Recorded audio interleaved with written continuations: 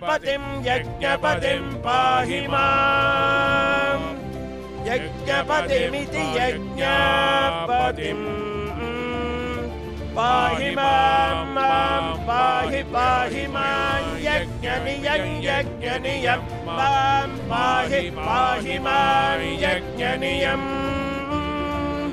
यज्ञनियमिति यज्ञनियम् अपशम्योद्विरात्र इत्याहुः द्वेह्येते छन्दसि गायत्रं च त्रैष्टुभं च जगति मन्तर्यन्ति न तेन जगति कृतेत्याहुः यदेन तृतीयसवने कुर्वन्तीति यदा वा एषा हीनस्याहर्भजते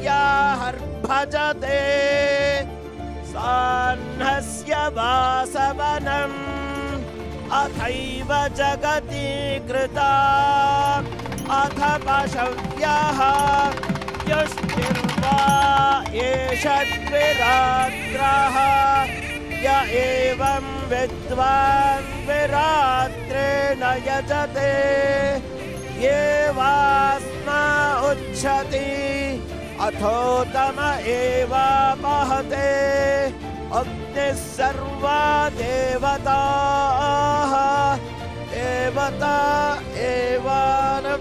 एवारभ्य प्रचरति ॐ गायन्ति त्वा गायत्रिणोऽर्च्यन्त्यर्कमर्किणः ब्रह्माणस्त्वा शतक्रतवोद्वगं शमिव येमिरे अगं होमुचे प्रभरे मामनीषा मोजिष्ठदामन्ने सुमतिं गृणानाः ಕಾವೇರಿ ಮಾತೆಗೆ ಪೂಜೆಯನ್ನ ಸಲ್ಲಿಸಿ ಆರತಿಯನ್ನ ಮಾಡುತ್ತಾ ಸದ್ಭಕ್ತಿಯಿಂದ ಸತ್ಪ್ರಣಾಮಗಳನ್ನ ಸಲ್ಲಿಸಿ ನಾಡಿನ ಸುಭಿಕ್ಷತೆಗಾಗಿ ಪ್ರಾರ್ಥನೆಯನ್ನ ಸಲ್ಲಿಸಿದ್ದಾರೆ ಸನ್ಮಾನ್ಯ ಉಪಮುಖ್ಯಮಂತ್ರಿಗಳಾದ ಶ್ರೀ ಡಿ.ಕೆ. ಶಿವಕುಮಾರ್ ಅವರು.